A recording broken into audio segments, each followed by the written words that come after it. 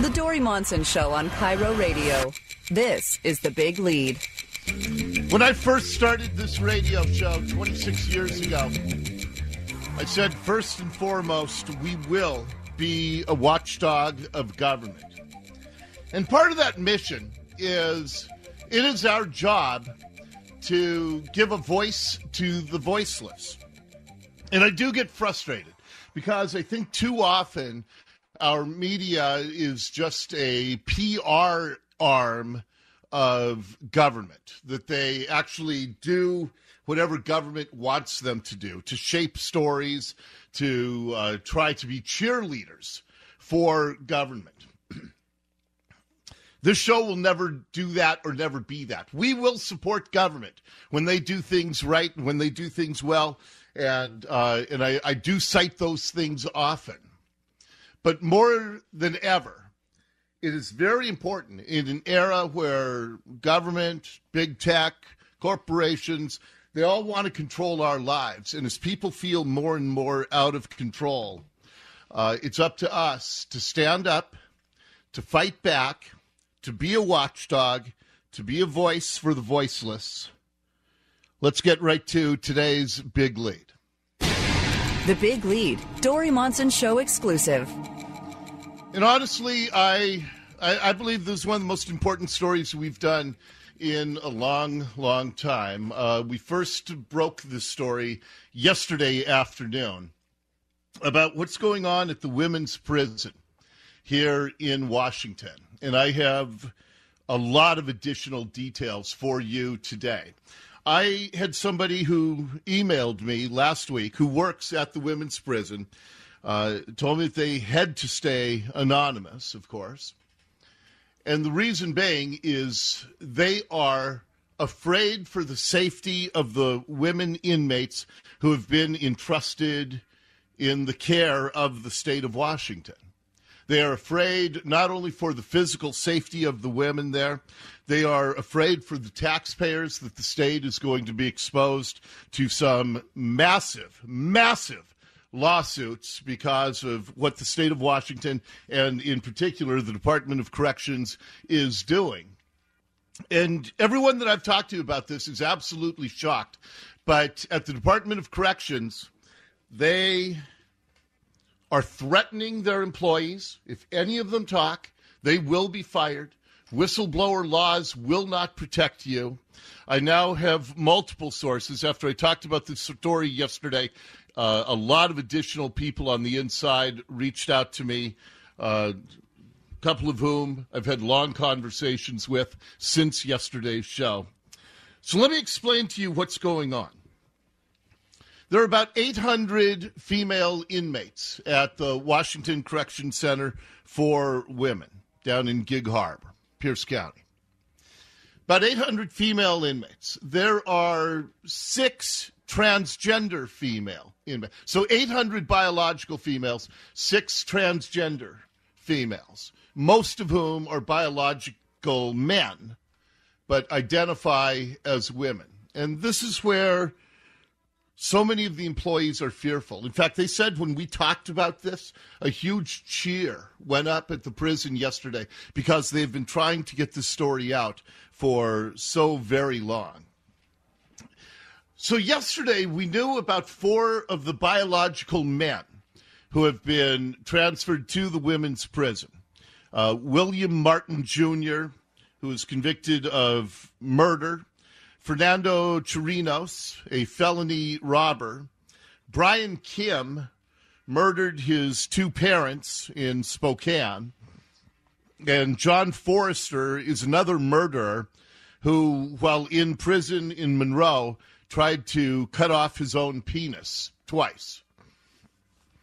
All 4 have said they identify as women and have been transferred to the women's prison. But there were 2 others that we could not get the names of. The way we got these 4 names is the tedious process of going through the entire roster of inmates at the women's prison. And if somebody had what appeared to be a man's name, it was safe to assume that that was a biological man who identifies as a woman who had requested to be transferred. I now have the identity of the two others that my tipsters have told me about, and I have talked extensively with my tipsters about the two other inmates. And when you hear this story, I think you're going to wonder, what in the world is our State Department of Corrections, the state of Washington, Jay Inslee, what are they doing, all in the name of social justice in their view?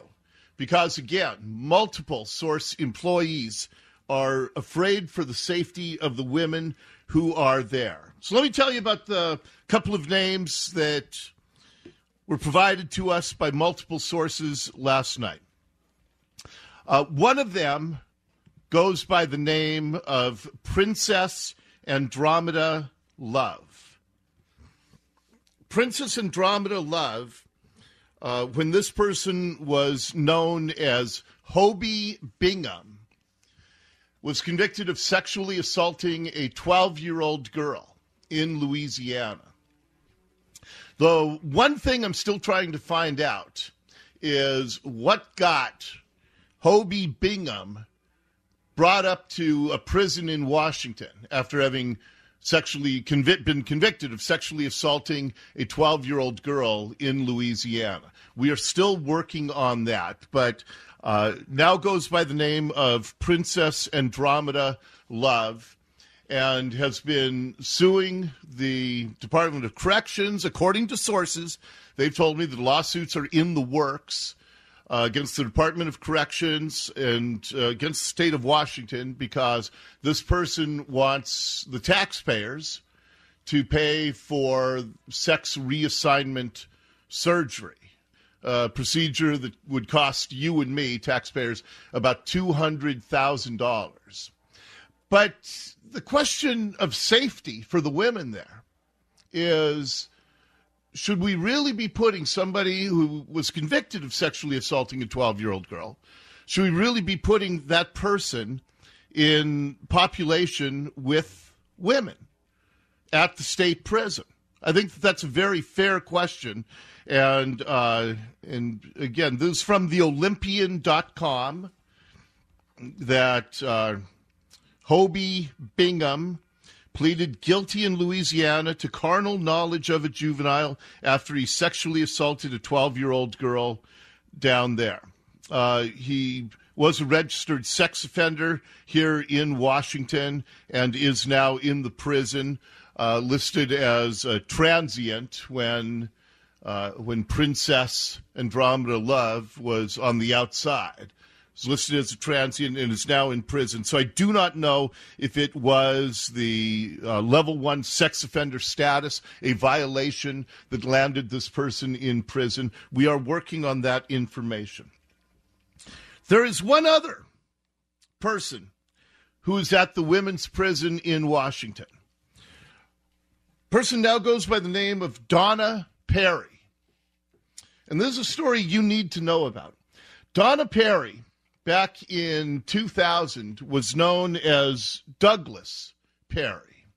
Douglas lived in Spokane, and Douglas was convicted of murdering 3 female prostitutes in Spokane. After the murders, according to timelines that law enforcement were able to piece together, after the murders of 3 prostitutes in Spokane, Douglas Perry went to Thailand and had sex reassignment surgery, then came back to this state. It was a cold case. In 2017, they still had not solved the murders of the 3 prostitutes in Spokane. One of the women who was murdered, a 38-year-old mother and grandmother. So you can imagine the kind of hellish life that this woman was leading. She'd already had a grandbaby by the time she was 38 years old. But that victim fought back hard against Douglas Perry. So much so that she, in clawing at him and trying to fight off the attack, she got some of his skin under her fingertips. And they were able to collect the DNA from her fighting back against Douglas Perry. So again, Douglas Perry was not caught at the time, went to Thailand, had sex reassignment surgery, came back to this area, and about 4 or 5 years ago, through a DNA match, they were able to tie now Donna Perry. Douglas had changed their name to Donna. They were able to tie Donna Perry to not only this murder with a DNA connection, but to the murders of 3 women who were all prostitutes back then. This person, Donna Perry, because of the sex reassignment surgery, once convicted, went to the Washington State Women's Correction Center. There are multiple true crime stories about what Douglas Perry did to these prostitutes. I want to walk you through this because I want you to think, is this somebody who should be in a general population with women who the state of Washington and the taxpayers of Washington are now entrusted to protect the safety of? So here's Douglas Perry and the obsession that drove him to murder. Claire Ann, who was a prostitute and hooked on cocaine, and Doug was trying to get her out of that life. Was trying to get her, so he could marry her. So he had this shot at the white picket fence. Storybook ending. Doug Perry's intentions were not entirely pure. He seems fixated on prostitutes. He stalks them, he befriends them, he makes use of their services. Clearly, Doug is obsessed with prostitutes, but he has a complicated relationship with them. He was also obsessed with guns, and after physically beating all of the women who he murdered, he also shot every one of them as well. This is the portrait of a killer, obsessed with 2 things, guns and prostitutes. And the intersection of those 2 things will turn him into a serial killer. Now, another reason why this is such an important story for us to protect the women who are inmates at the Washington Correction Center for Women is almost all of the women there are victims themselves. There has been study after study. 86% of women in prison for a felony conviction, 86% of those women have been victims of a sexual assault at some point in their lifetime. So these are all vulnerable people to begin with. And now you're putting somebody who is a serial killer of women in the general population with the women who we, the state, are supposed to protect. They are now wards of the state as they are inmates. Douglas Perry had a very rough childhood. When he describes a firearm, it's almost as if it's taken on a human characteristics, and he's in love with the actual weapon itself. Just where did the twin obsession of Douglas Perry, guns and prostitutes, come from? His was an extremely troubled childhood. Doug Perry was living as a child in an orchard in Omak, Washington, which is kind of this north-central part of the state of Washington. It's rural, predominantly farming, ranching communities. And his family had an orchard, so he was raised on that orchard. Father, mother, older brother, and I think 2 sisters. It was far from a storybook childhood. Douglas's father had sexually abused him. His mother wasn't much of a parent. So that certainly would be problematic, picked on in the family and abused in, I think, emotionally, sexually, and physically, beat up. Okay, now here is why this is, among many reasons, this is why this is such an important issue and one that, the public needs to be aware of, and we need to hold Department of Corrections accountable. Douglas Perry went to Thailand, got sex reassignment surgery. But what he made clear when he was finally arrested 4 years ago for the murders of, the serial murders of at least 3 prostitutes. He claims that he killed as many as 30, but they convicted him of 3 murders. But this person, who is now in the women's prison, hates women. It had been Perry's social worker who tipped police off in 1994 about his stash of deadly weapons. The social workers were also aware of something else. Perry, a misogynist. He didn't like women. He found them disgusting and vile. At least the women that were involved in the sex trade, that were prostitutes. He viewed them as pond scum. Doug's hatred of women was based on a view he would soon voice in prison.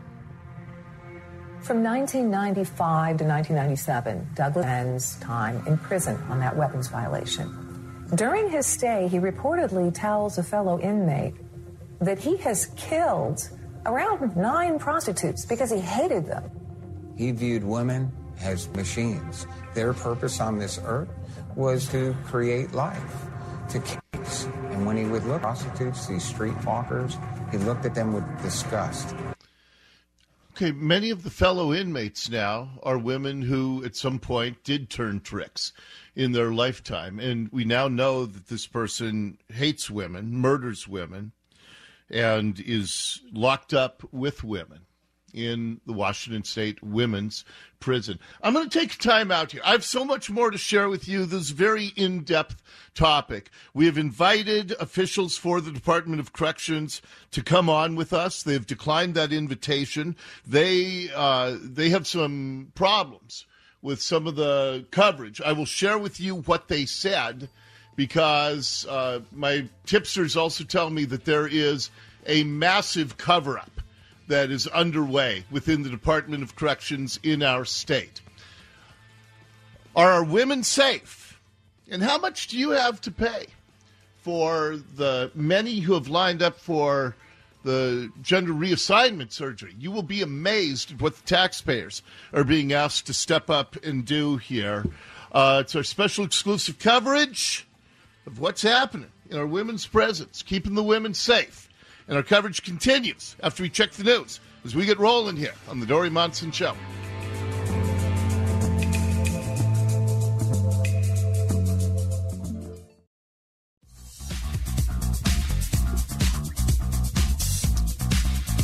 We've had so many people who work at the women's prison reach out to us. Many have said thank you, because this is a story they've been trying to get out for a long, long time. They're worried about the safety of the women entrusted to their care.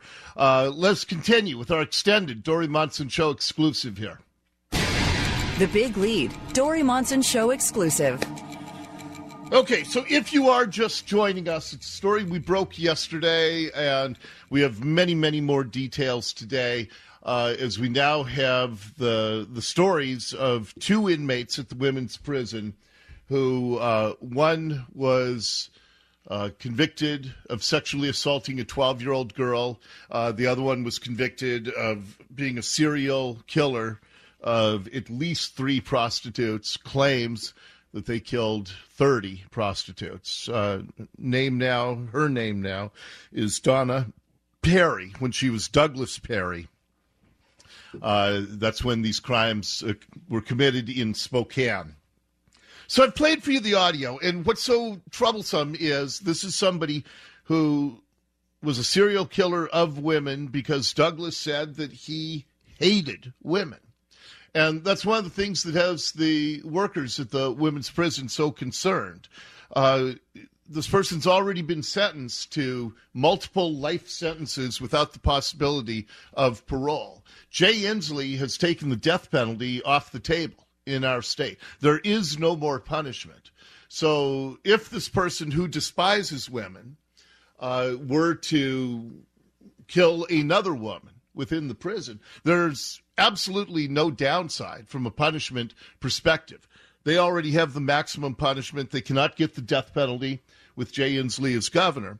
And so that's one of the things that has the workers there, the prison guards, and other employees so disturbed. Now, this person, now Donna Perry, went to Thailand to get sex reassignment surgery. So she is a woman. She is a transgender woman. And you do have to have some place to lock up somebody like that. But to put them in general population with people that they have professed to hate so much that they killed several women, that's what has the employees there so worried. And, you know, when Donna was finally arrested 17 years after the multiple murders, here was the police interrogation tape. And I read it to her. Hey, Donna, Terry, I have that.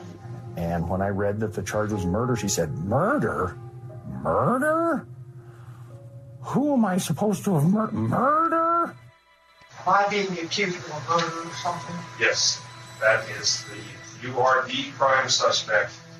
What does this relate to? Not just one murder, but several. But you're accusing me of murder. Of who? It was an unusual case, to be sure. A woman denying having been the man who had killed 3 sex workers.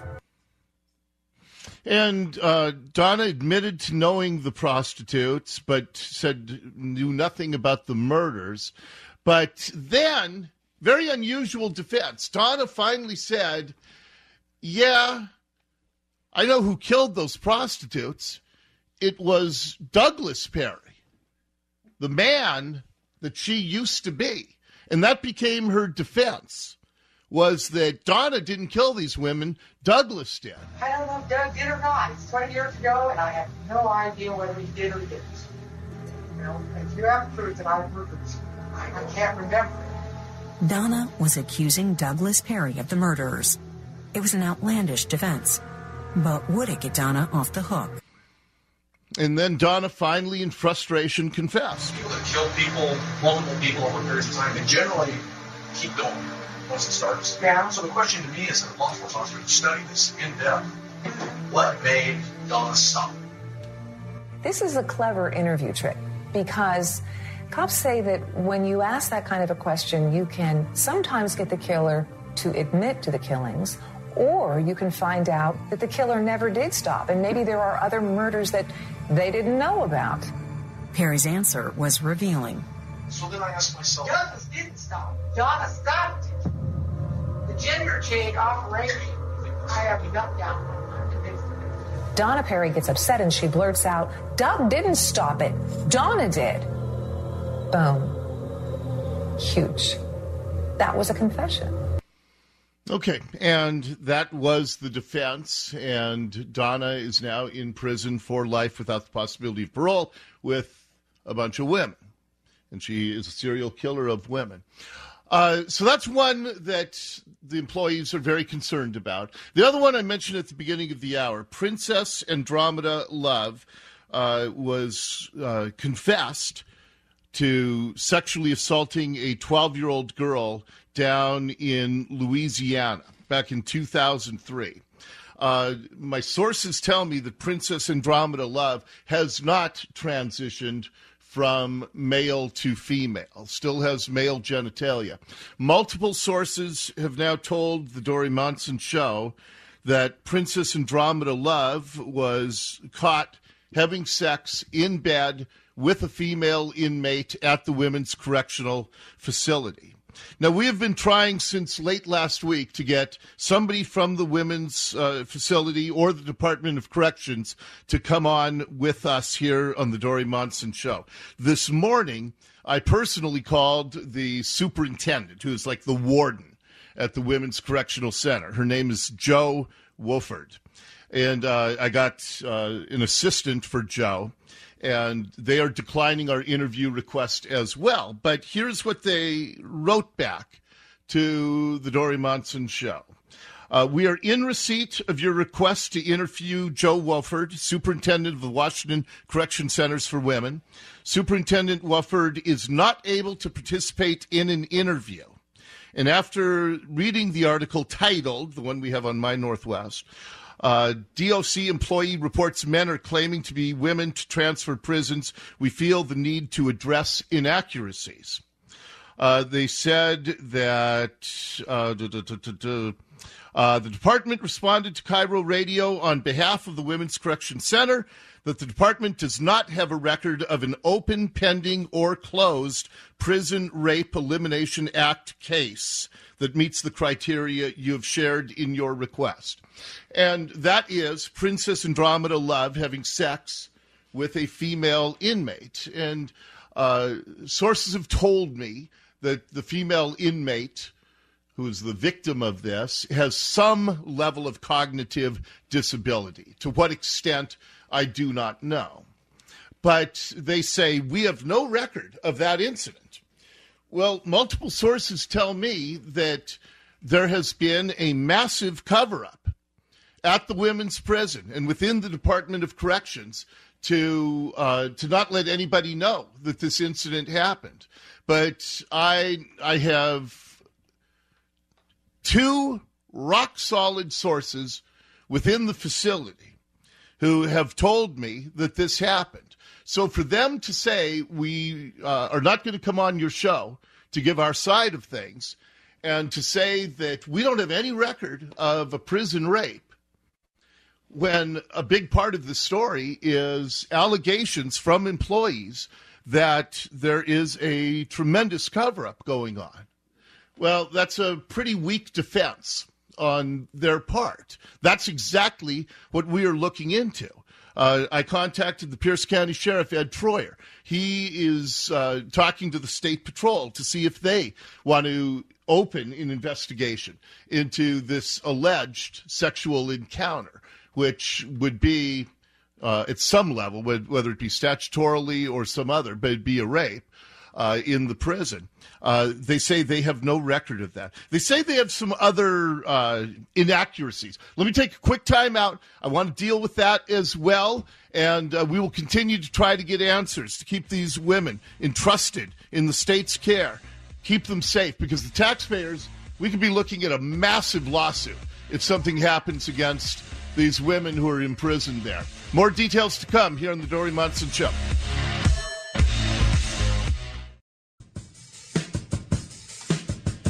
Our exclusive coverage continues here on the Dori Monson Show. When I talked to one of my many sources on this story yesterday, I said, because, again, they were just so happy that their story was finally being told because the people who work at the prison have been terrified for a long, long time. And I said, what is the one message that you want people to know about, the taxpayers, the people who, you know, everybody there is supposedly working for? And she said, our women are not safe. Our prisons are turning into co-ed prisons. That there are right now at least 110 biological men who are in the queue to transfer to the women's prison. And it is the belief of the employees at the women's prison that most of the men do not genuinely identify as female, but they are doing this to either just scam the system, to be the initiation of a lawsuit, or to put themselves in physical proximity to more vulnerable people that they could victimize. When the information person, the communications director for the Department of Corrections, said that we had inaccuracies, which I disagree with everything they've cited as an inaccuracy. And again, if they want to come on and talk about any of these things, they have an open invitation, and we have been trying for days to get them to come on. And frankly, they should come on and address the legitimate questions that we have. But they said the department does not place individuals into the female or male facilities simply because they have stated they are one gender or the other. If an individual identifies as transgender, there is a lengthy mental health services, and facility evaluation that must occur. Again, my sources tell me that that is absolute nonsense, that is the written policy, what they sent to me, but that is not what is happening, because everybody at DOC is scared to death of lawsuits. They're afraid that if anybody is denied, if any biological man is denied transfer to the women's prison, that they will file a lawsuit, and they are scared to death of that. And that's why they are making decisions that, in the view of the employees who all reached out to me, they are making decisions that are putting the female inmates there in grave danger. And so Princess Zoe Andromeda Love, again, one of the people who has not had the sex reassignment, that's the person who sources tell me was caught in bed having sex with a female cellmate. There's somebody who was in, not solitary, but they had a single cell for a while, and then they got moved into the general population, and immediately, they say, started having sex with the female cellmate. So Washington State Department of Corrections refusing to come on and address any of these issues. I want to thank the heroes in this story, and that is all of the employees there who let us know about this story. And they did it because, yeah, these women committed felony crimes, but the people who work at this prison, they care about the inmates. They care about the people who have been entrusted to, for their safety, to the supervision of the employees there. And they wanted to make sure that this story got out there. So I will continue to Joe Wofford, the superintendent of the women's prison. You have an open invitation to come on. I do not believe the inaccuracies that you cited. We have lots more to come. It's the Dori Monson Show. Rolls on.